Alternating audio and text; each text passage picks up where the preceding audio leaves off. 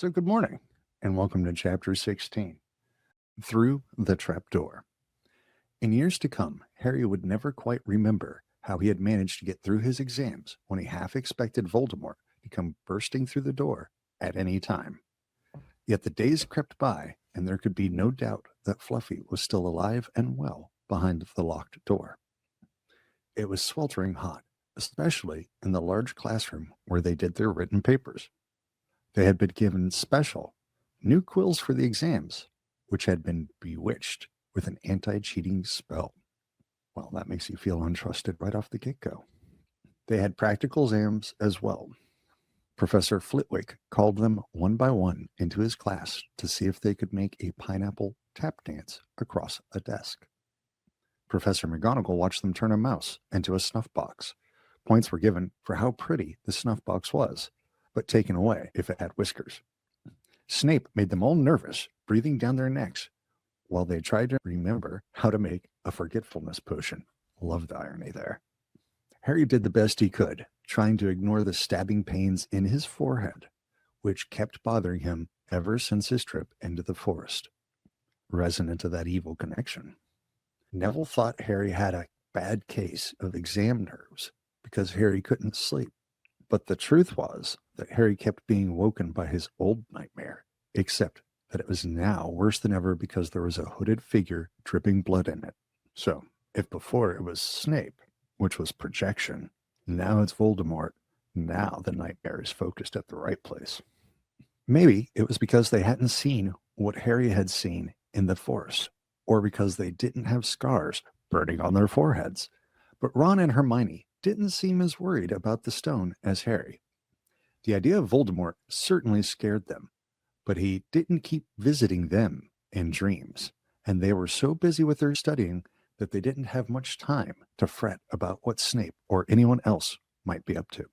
Here's a separate tangent. I know that there's not a total overlap between Harry Potter and the Wheel of Time, and I'm talking about the books because I haven't followed the show. In the Wheel of Time, Randall IV is injured by a minion of the Dark One who is sort of posing as the Dark One. And the taint of that wound stays with him. And the bad guy has access to his nightmares as well. So that is a thematic bridge between those two universes, one of several. Their very last exam was History of Magic. 1 hour of answering questions about batty old wizards who'd invented self-stirring cauldrons, and they'd be free for a whole wonderful week until their exam results came out. When the ghost of Professor Binns told them to put down their quills and roll up their parchment, Harry couldn't help cheering with the rest. That was far easier than I thought it would be, said Hermione as they joined the crowds flocking out into the sunny grounds. I wouldn't have learned about the 1637 Werewolf Code of Conduct or the uprising of Elfric the Eager. Hermione always liked to go through their exam papers afterward, but Ron said this made him feel ill, so they wandered down to the lake and flopped under a tree. The Weasley twins and Lee Jordan were tickling the tentacles of a giant squid, which was basking in the warm shallows. No more studying, sighed Ron happily, stretching out on the grass. You could look more cheerful, Harry. We've got a week before we find out how badly we've done, and there's no need to worry yet. Harry was rubbing his forehead. I wish I knew what this means, he burst out angrily. My scar keeps hurting. It's happened before, but never as often as this. Go to Madame Pomfrey, Hermione suggested. I'm not ill, said Harry. I think it's a warning. It means danger's coming. No. Close, but no. Ron couldn't get worked up. It was too hot. Harry, relax. Hermione's right. The stone's safe as long as Dumbledore's around. No. Anyway, we've never had any proof Snape found out how to get past Fluffy. He nearly had his leg ripped off once, and he's not going to try it again in a hurry. And Neville will play Quidditch for England before Hagrid lets Dumbledore down. We'll revisit that prophecy later in the series. Harry nodded, but he couldn't shake off a lurking feeling that there was something he'd forgotten to do, something important. When he tried to explain this, Hermione said, That's just the exams. I woke up last night and was halfway through my transfiguration notes before I remembered we'd done that one. Harry was quite sure the unsettled feeling didn't have anything to do with work, though. He watched an owl flutter toward the school across the bright blue sky, a note clamped in its mouth. Hagrid was the only one who ever sent him letters. Hagrid would never betray Dumbledore. Hagrid would never tell anyone how to get past Fluffy. But Harry suddenly jumped to his feet. "Where are you going?" said Ron sleepily. "I've just thought of something," said Harry. He had turned white. "We've got to go and see Hagrid. Now." "Why?" panted Hermione, hurrying to keep up. "Don't you think it's a bit odd," said Harry, scrambling up the grassy slope, "that what Hagrid wants more than anything else is a dragon? And a stranger turns up who just happens to have an egg in his pocket. How many people wander around with dragon eggs if it's against wizard law? Lucky they found Hagrid, don't you think? Why didn't I see it before?" "What are you talking about?" said Ron, but Harry, sprinting across the grounds toward the forest, didn't answer. Hagrid was sitting in an armchair outside his house. His trousers and sleeves were rolled up, and he was shelling peas into a large bowl. "Hello," he said, smiling. "Finished your exams? Got time for a drink?" "Yes, please," said Ron, but Harry cut him off. "No, we're in a hurry, Hagrid. I've got to ask you something. You know that night you won Norbert? What did the stranger you were playing cards with look like?" "Don't know," said Hagrid casually. "He wouldn't take his cloak off." He saw the three of them look stunned and raised his eyebrows. "It's not that unusual. You get a lot of funny folk in the Hog's Head. That's the pub down in the village. Might have been a dragon dealer, mightn't he? I never saw his face. He kept his hood up." Harry sank down next to the bowl of peas.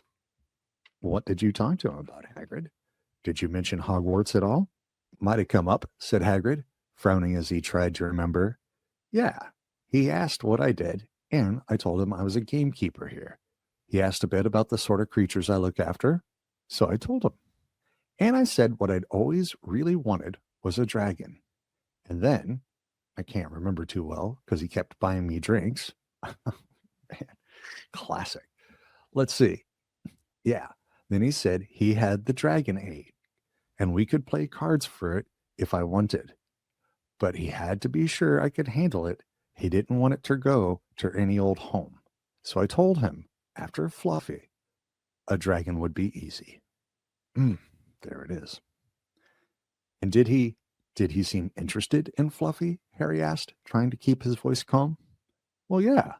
How many three-headed dogs do you meet, even around Hogwarts?" So I told him, "Fluffy's a piece of cake if you know how to calm him down. Just play him a bit of music, and he'll go straight off to sleep." Hagrid suddenly looked horrified. "I shouldn't have told you that," he blurted out. "Forget I said it. Hey, where are you going?" Okay, that was pretty much a basic espionage play that got run on Hagrid. I mean, I don't know anything about being a spy, but that seems like spycraft 101 for, using a gullible and affable, knowledgeable source without them realizing it. Harry, Ron, and Hermione didn't speak to each other at all until they came to a halt in the entrance hall, which seemed very cold and gloomy after the grounds. "We've got to go to Dumbledore," said Harry. "Hagrid told that stranger how to get past Fluffy, and it was either Snape or Voldemort under that cloak." Wrong. I'm not saying that it wasn't one of those two, but I'm saying the assumption that it had to be one of those two is not a good way to think. You're already closing out the options that you can consider. It must have been easy once he'd got Hagrid drunk.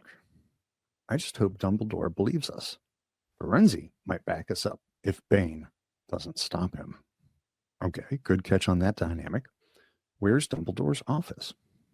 They looked around as if hoping to see a sign pointing them in the right direction. They had never been told where Dumbledore lived, nor did they know anyone who had been sent to see him. The guy in charge doesn't have an open door policy. You cannot go see the boss, and nobody knows how. Wow. Who do they appeal to? Who do the kids appeal to when there's a problem, and how? We'll just have to, Harry began, but a voice suddenly rang across the hall. What are you three doing inside? It was Professor McGonagall, carrying a large pile of books. We want to see Professor Dumbledore, said Hermione, rather bravely, Harry and Ron thought. See Professor Dumbledore, Professor McGonagall repeated, as though this was a very fishy thing to want to do. Why? Harry swallowed. What now? It's sort of a secret, he said. But he wished at once he hadn't, because Professor McGonagall's nostrils flared. Professor Dumbledore left 10 minutes ago, she said, coldly. He received an urgent owl from the Ministry of Magic and flew off for London at once. He's gone, said Harry frantically. Now? Professor Dumbledore is a very great wizard, Potter. He has many demands on his time. But this is important. Something you have to say is more important than the Ministry of Magic, Potter? Look, said Harry, throwing caution to the winds. Professor, it's about the Sorcerer's Stone. Whatever Professor McGonagall had expected, it wasn't that. The books she was carrying tumbled out of her arms, but she didn't pick them up. How do you know? He spluttered. Professor, I know that someone's going to try and steal the stone. I've got to talk to Professor Dumbledore. Good catch. By accusing Snape directly, that would have instantly hardened McGonagall. She can't receive that from a student like that. But by pulling back and leaving it more vague, but slightly implied, passes, and she'll engage with the content and not refuse the message. She eyed him with a mixture of shock and suspicion. Professor Dumbledore will be back tomorrow, she said finally. I don't know how you found out about the stone, but rest assured, no one can possibly steal it. It's too well protected.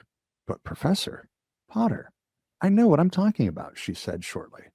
She bent down and gathered up the fallen books. I suggest you all go back outside and enjoy the sunshine. But they didn't. It's tonight, said Harry, once he was sure Professor McGonagall was out of earshot. Snape's going through the trapdoor tonight. He's found out everything he needs, and now he's got Dumbledore out of the way. He sent that note. I bet the Ministry of Magic will get a real shock when Dumbledore turns up. But what can we... Hermione gasped. Harry and Ron wheeled around. Snape was standing there. Good afternoon, he said smoothly. They stared at him. You shouldn't be inside on a day like this, he said with an odd, twisted smile. Harry began without any idea what he was going to say. You want to be more careful, said Snape. Hanging around like this, people will think you're up to something. And Gryffindor really can't afford to lose any more points, can it? Harry flushed. They turned to go outside, but Snape called them back. Be warned, Potter. Any more nighttime wanderings, and I will personally make sure you are expelled. Good day to you. He strode off in the direction of the staff room. Out on the stone steps, Harry turned to the others. Right. Here's what we've got to do, he whispered urgently. One of us has got to keep an eye on Snape. Wait outside this staff room and follow him if he leaves it. Hermione, you'd better do that. Why me? It's obvious, said Ron. You can pretend to be waiting for Professor Flitwick, you know. He put on a high voice. Oh, Professor Flitwick, I'm so worried. I think I got question 14B wrong.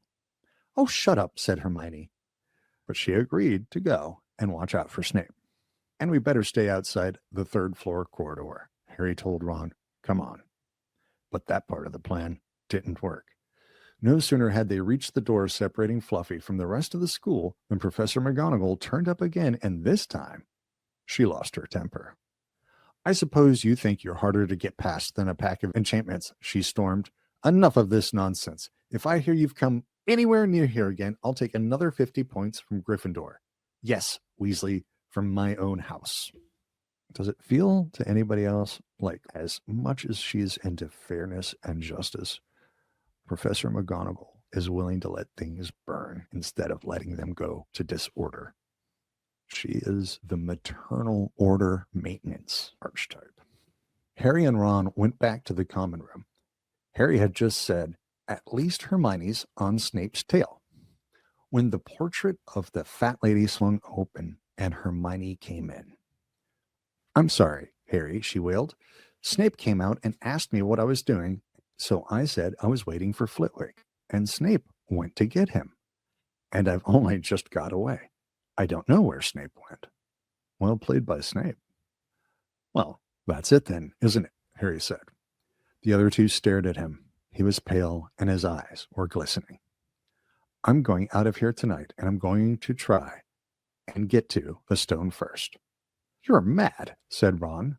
"You can't," said Hermione. "After what McGonagall and Snape have said, you'll be expelled." "So what?" Harry shouted. "Don't you understand? If Snape gets hold of the stone, Voldemort's coming back. Haven't you heard what it was like when he was trying to take over? There won't be any Hogwarts to get expelled from. He'll flatten it, or turn it into a school for the dark arts. Losing points doesn't matter anymore, can't you see? Do you think he'll leave you and your families alone if Gryffindor wins the House Cup?" "That is silly. If I get caught before I can get to the stone, well, I'll have to go back to the Dursleys and wait for Voldemort to find me there. It's only dying a little bit later than I would have, because I'm never going over to the dark side." The idea of going back to Dursley and waiting for Voldemort already terrifies Harry in book 1. What happens between every book? That's a lot of terror to sit through. He glared at them. "You're right, Harry," said Hermione in a small voice. "I'll use the invisibility cloak," said Harry. "It's just lucky I got it back." "It's not luck." "But will it cover all three of us?" said Ron. All three of us? Oh, come off it. You don't think we'd let you go alone?" "Of course not," said Hermione briskly. "How do you think you'd get to the stone without us? I'd better go and look through my books. There might be something useful." "But if we get caught, you two will be expelled too." "Not if I can help it," said Hermione grimly. "Flitwick told me in secret that I got 112% on his exam. They're not throwing me out after that." This moment's really cool because this is when Hermione has chosen to break away from rigid order, aka rules, and prioritize her friends instead. After dinner, the three of them sat nervously apart in the common room. Nobody bothered them. None of the Gryffindors had anything to say to Harry anymore, after all. This was the first night he hadn't been upset by it. The way that people treat Harry is almost like a character in and of itself. How are the student body treating Harry? We need to watch that because that shapes things. This was the first night he hadn't been upset by it. Hermione was skimming through all her notes, hoping to come across one of the enchantments they were about to try to break. Harry and Ron didn't talk much. Both of them were thinking about what they were about to do. Slowly, the room emptied as people drifted off to bed. "Better get the cloak," Ron muttered, as Lee Jordan finally left, stretching and yawning. Harry ran upstairs to the dark dormitory.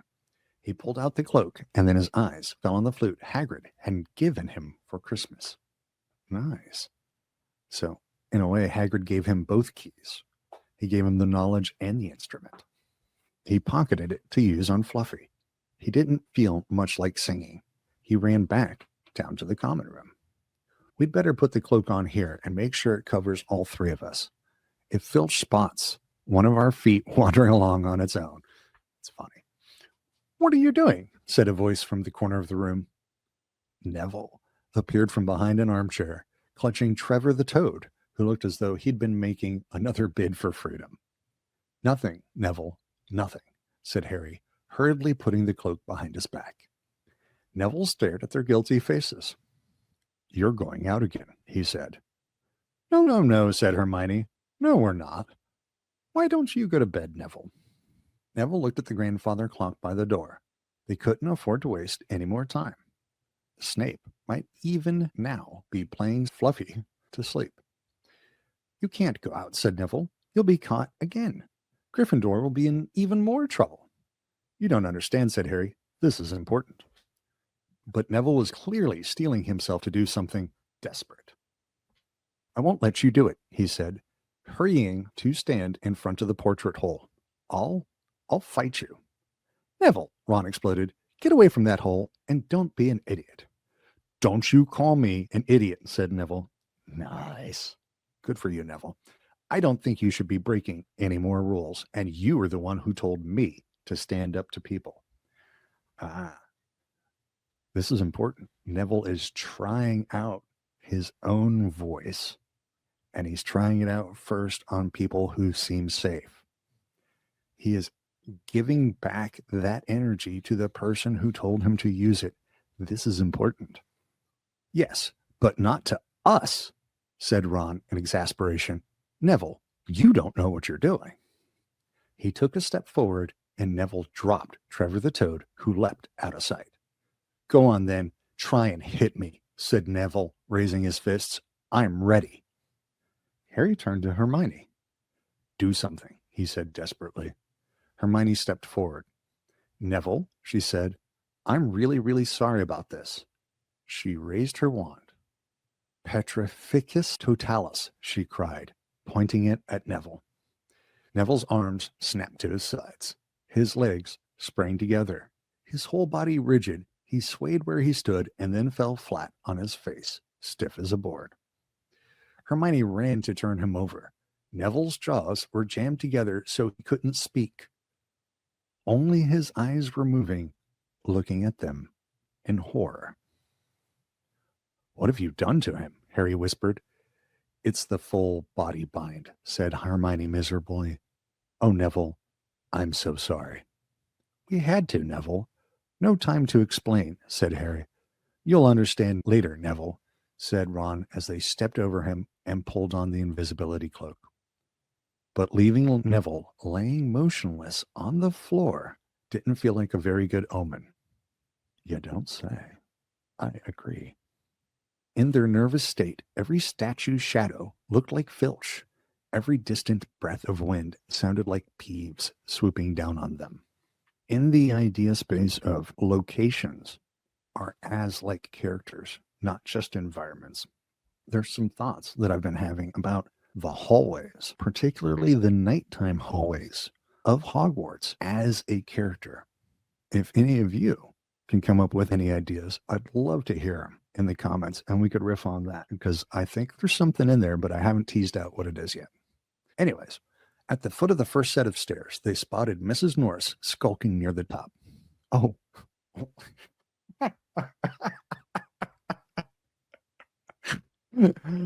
Oh, let's kick her. Just this once, Ron whispered in Harry's ear. But Harry shook his head. As they climbed carefully around here,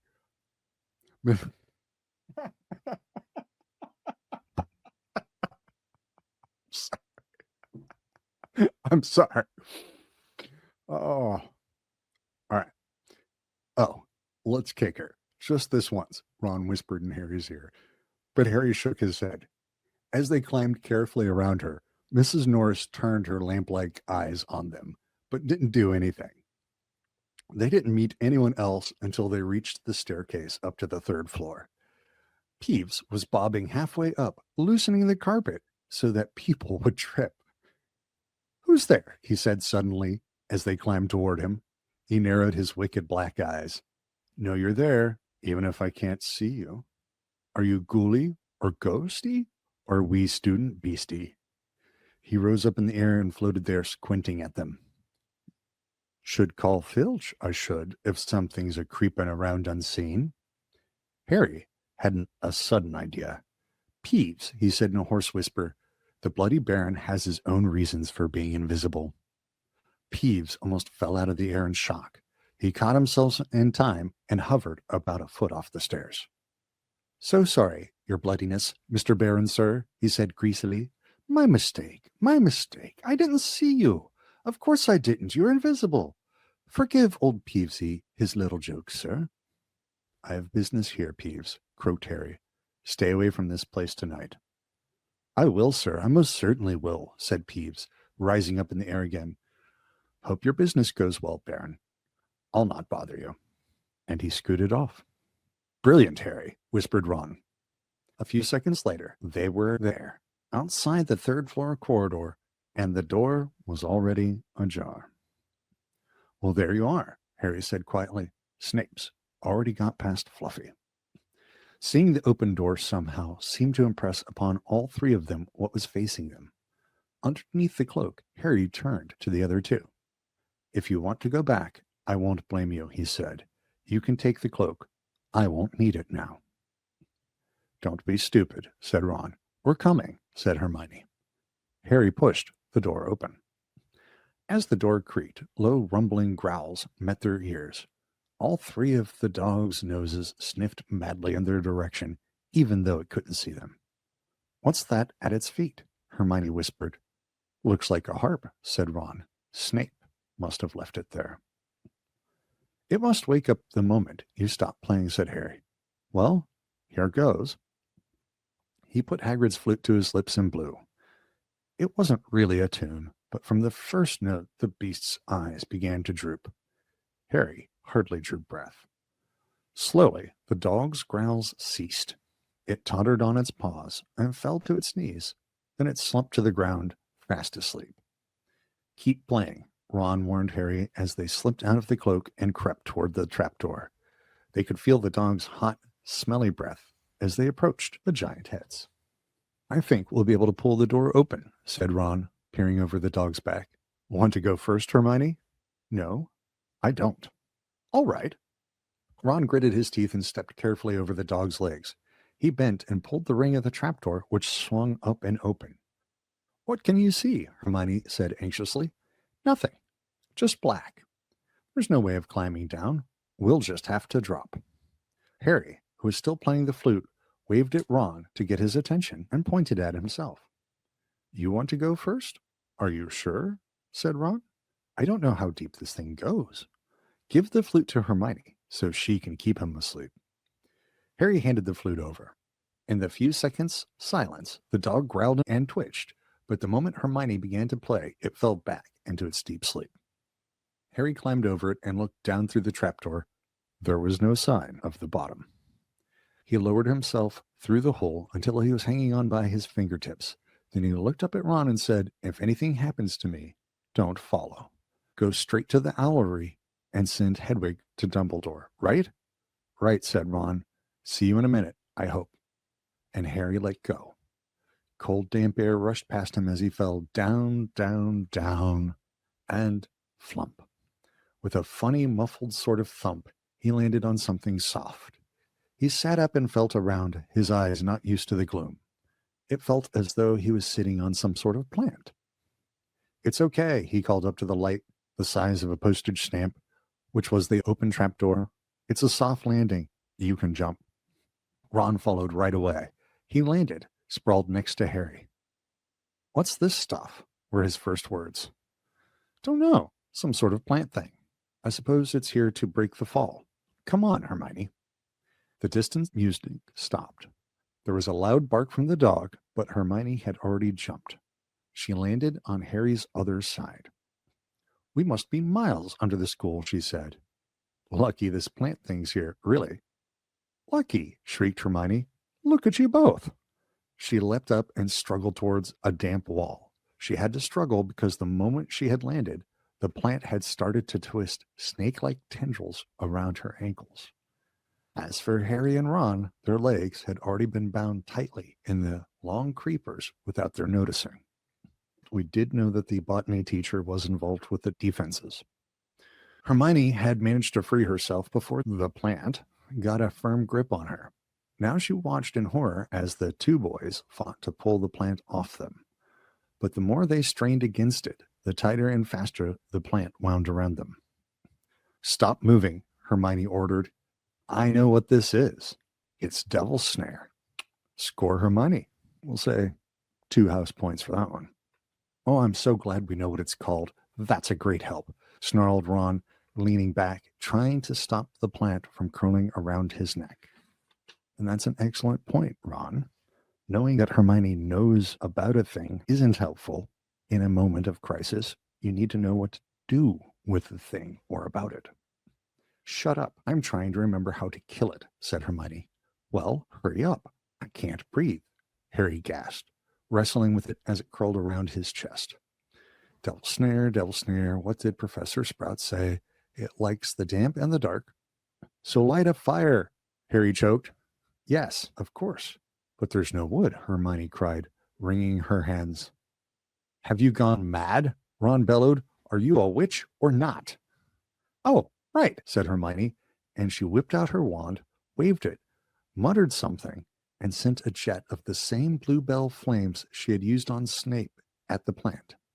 In a matter of seconds, the two boys felt it loosening its grip as it cringed away from the light and warmth. Wriggling and flailing, it unraveled itself from their bodies, and they were able to pull free. Lucky you pay attention in herbology, Hermione, said Harry as he joined her by the wall, wiping sweat off his face. Yeah, said Ron, and lucky Harry doesn't lose his head in a crisis. There's no wood. Honestly, it's not luck that Harry doesn't lose his head in a crisis. Not luck. This way, said Harry, pointing down a stone passageway, which was the only way forward. All they could hear, apart from their footsteps, was the gentle drip of water trickling down the walls. The passageway sloped downward, and Harry was reminded of Gringotts, with an unpleasant jolt of the heart. He remembered the dragons said to be guarding vaults in the wizard's bank. If they met a dragon, a fully grown dragon, Norbert had been bad enough. Can you hear something? Ron whispered. Harry listened. A soft rustling and clinking seemed to be coming up ahead. Do you think it's a ghost? I don't know. Sounds like wings to me. There's lights ahead. I can see something moving. They reached the end of the passageway and saw before them a brilliantly lit chamber, its ceiling arching high above them. It was full of small, jewel-bright birds, fluttering and tumbling all around the room. On the opposite side of the chamber was a heavy wooden door. Do you think they'll attack us if we cross the room? Said Ron. Probably, said Harry. They don't look very vicious, but I suppose if they all swoop down at once, well, there's no other choice. I'll run. Cross-fictional domain reference here? French. There's an episode where there's like moths with razor-sharp wings. Somewhat similar. Also, nanobot moth-like things in season 4 of The Expanse. So that's a similar theme that you can find in a couple other fictions. He took a deep breath, covered his face with his arms, and sprinted across the room. He expected to feel sharp beaks and claws tearing at him any second, but nothing happened. He reached the door untouched. He pulled the handle, but it was locked. The other two followed him. They tugged and heaved at the door, but it wouldn't budge, not even when Hermione tried her Alohomora charm. Now what? Said Ron. These birds, they can't be here just for decoration, said Hermione. They watched the birds soaring overhead, glittering. Glittering?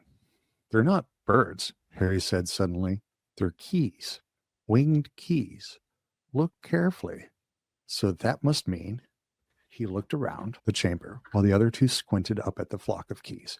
Yes. Look. Broomsticks. We've got to catch the key to the door. But there are hundreds of them.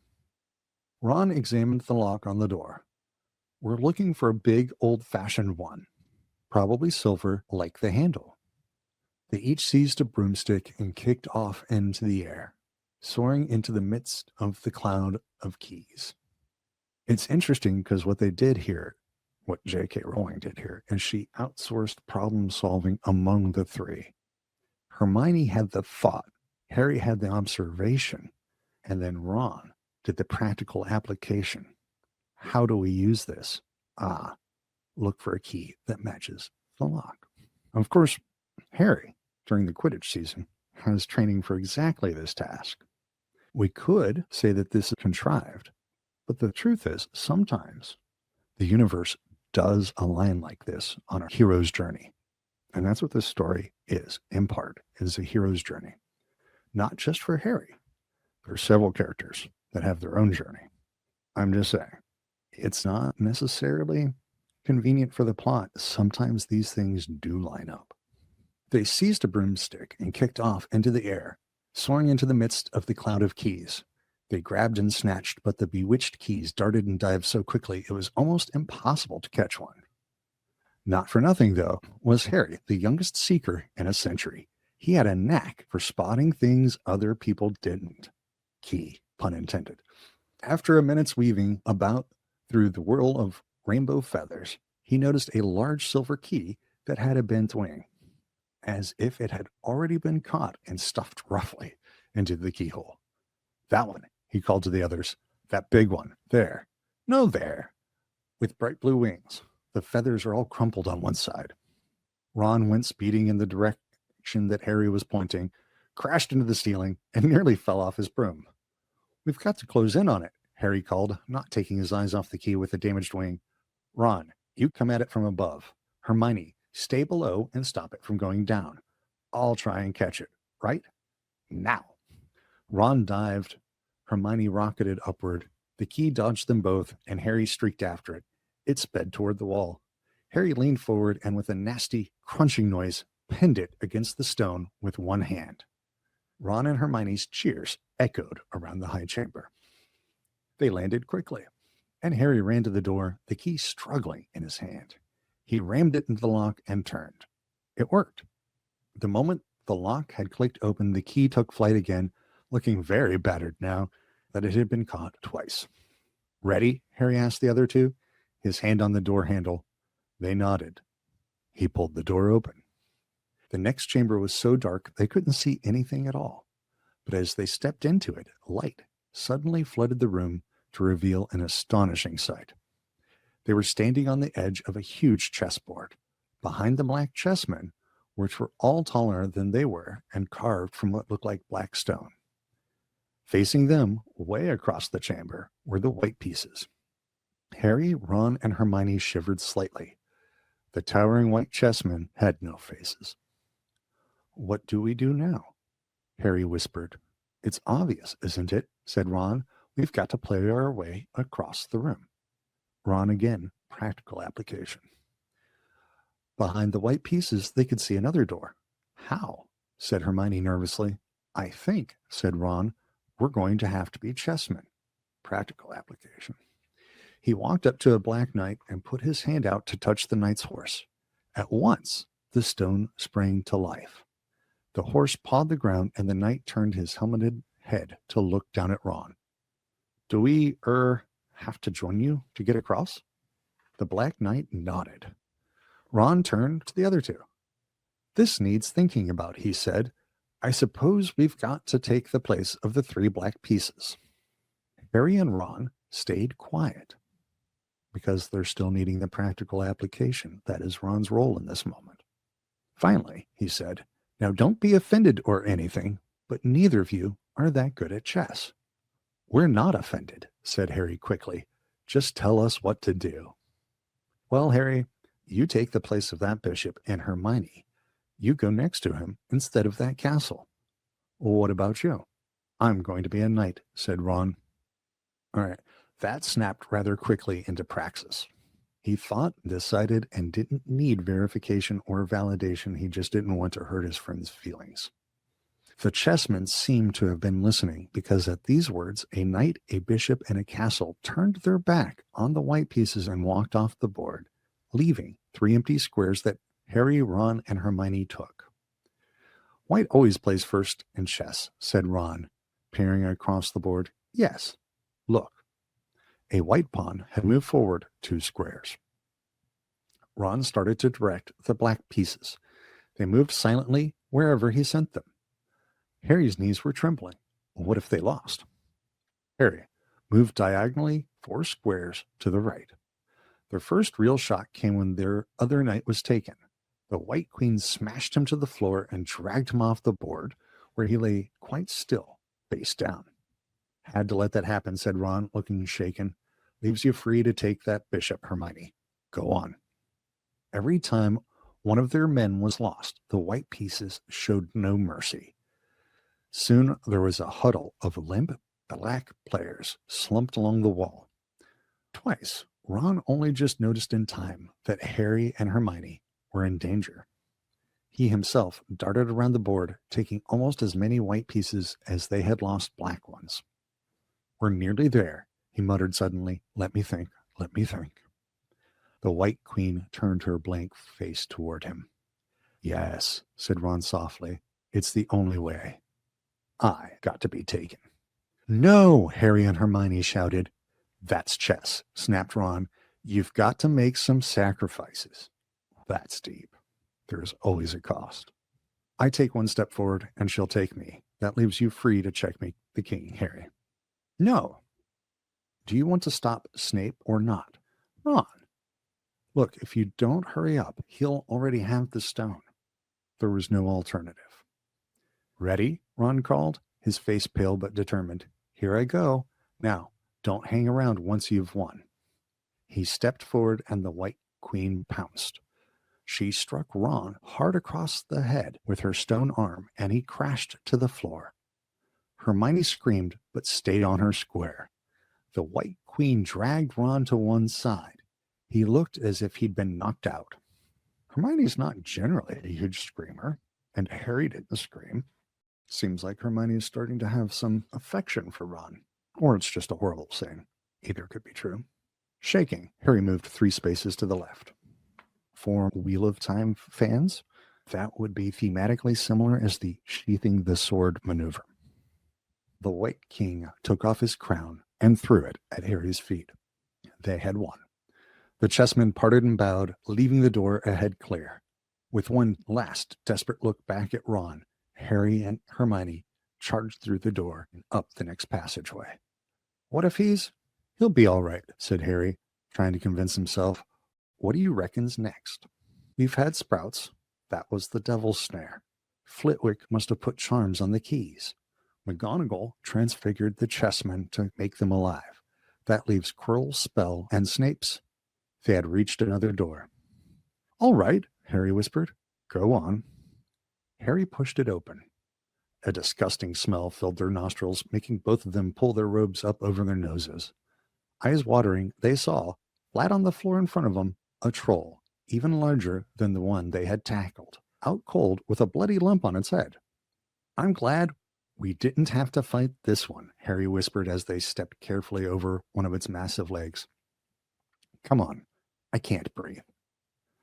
This is cool because this is a part where instantly they step onto a scene and say, I don't have to engage with this.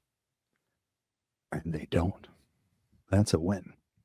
He pulled open the next door, both of them hardly daring to look at what came next. But there was nothing very frightening in here, just a table with 7 differently shaped bottles standing on it in a line. Snape's, said Harry. What do we have to do? Well, you left the what to do guy behind, so we don't get to outsource that anymore. They stepped over the threshold, and immediately a fire sprang up behind them in the doorway. It wasn't ordinary fire either, it was purple. At the same instant, black flames shot up in the doorway, leading onward. They were trapped. Look, Hermione seized a roll of paper laying next to the bottles. Harry looked over her shoulder to read it. Danger lies before you, while safety lies behind. 2 of us will help you, whichever you will find. One among us 7 will let you move ahead. Another will transport the drinker back instead. 2 among our number hold only nettle wine. 3 of us are killers, waiting hidden in line. Choose unless you wish to stay here forevermore.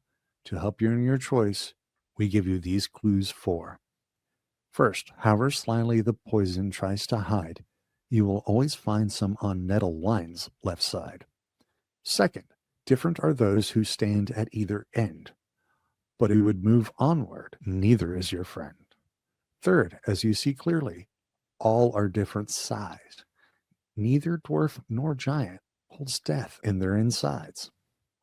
Fourth, the second left and the second on the right are twins once you taste them, though different at first sight. Hermione let out a great sigh, and Harry, amazed, saw that she was smiling, the very last thing he felt like doing. Brilliant, said Hermione. This isn't magic, it's logic. It's a puzzle. A lot of the greatest wizards haven't got an ounce of logic.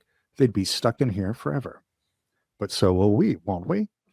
Oh no, because now we're in Hermione's ballpark. Of course not, said Hermione.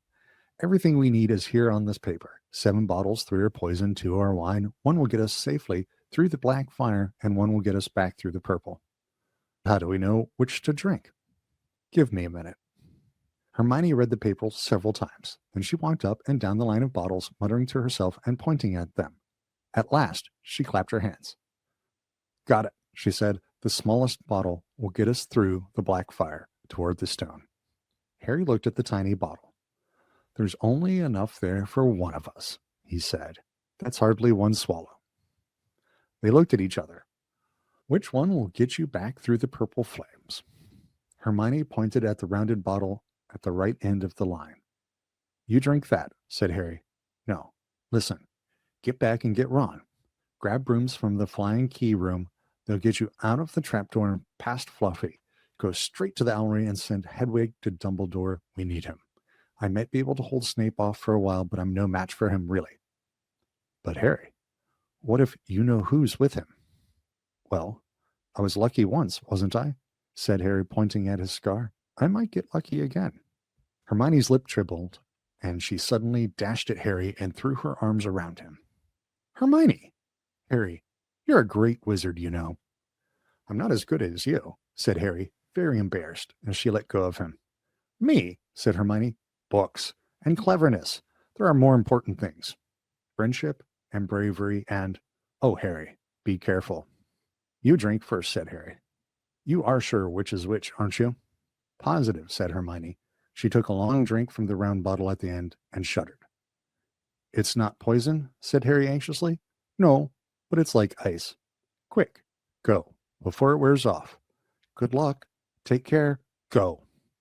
Hermione turned and walked straight through the purple fire. Harry took a deep breath and picked up the smallest bottle. He turned to face the black flames. Here I come, he said, and he drained the little bottle in 1 gulp. It was indeed as though ice was flooding his body.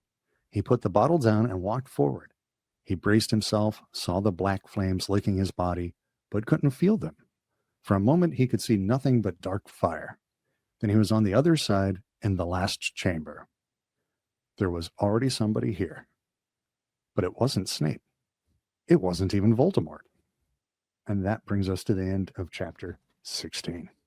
I plan to read you tomorrow chapter 17. So just some updates real quick on the direction that we're going.